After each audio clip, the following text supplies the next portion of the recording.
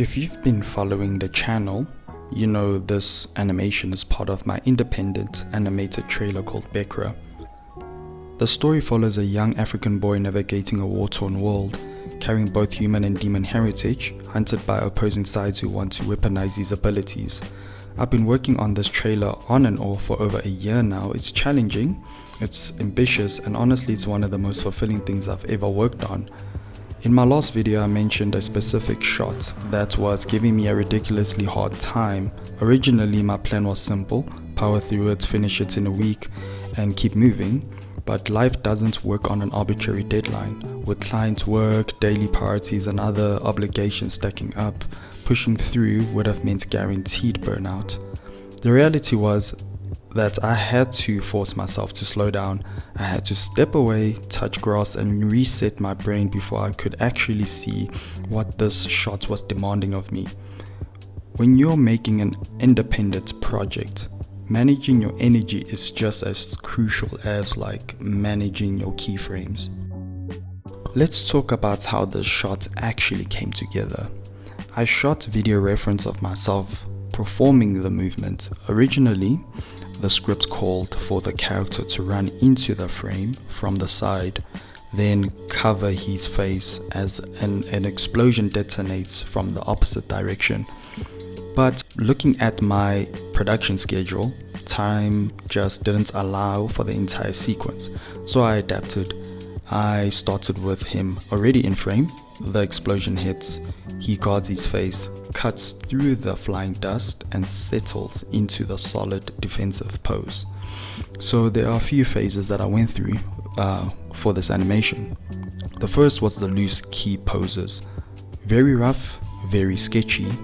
At this stage, I don't care if it looks like the character model at all. It's purely about weight, timing and force. The second is structure and construction.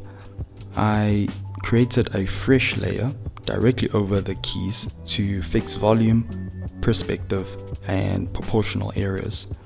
The third is for secondary motion. A separate layer entirely for the follow through on his clothes, hair and fabric dynamics against the force of the blast.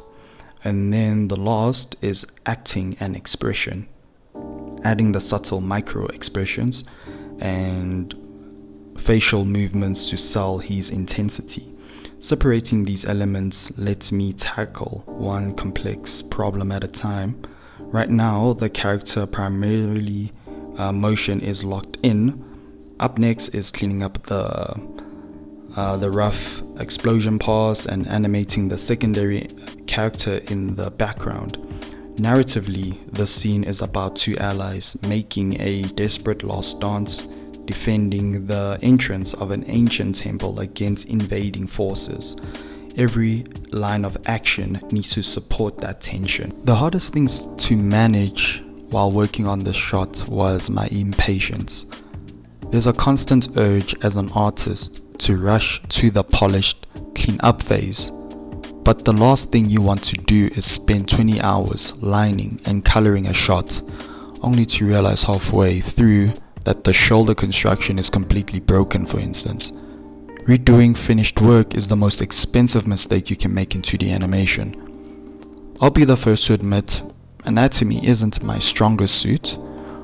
Once my rough keyframes were done, I could tell something felt slightly off, but I didn't have the immediate visual library to fix it. So instead of guessing and making bad clean up lines, I put the project file away.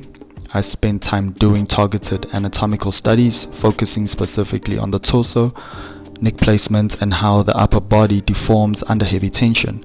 I want to be uploading as consistently as possible for you guys, but if I have to delay a video for a week or two to do the foundational study work, that's why.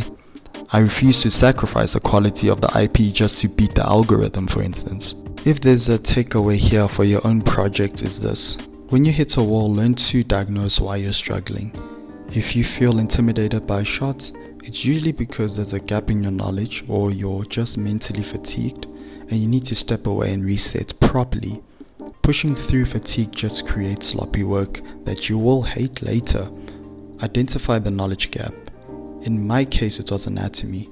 I paused, closed the gap and with quick studies, and came back with fresh eyes.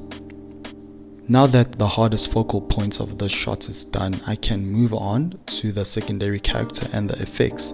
They'll still take time, but the heavy lifting is behind us. If you're tackling your own large-scale projects and want to see how I handle the other shots in this trailer, click the video on the screen right now to see the next video.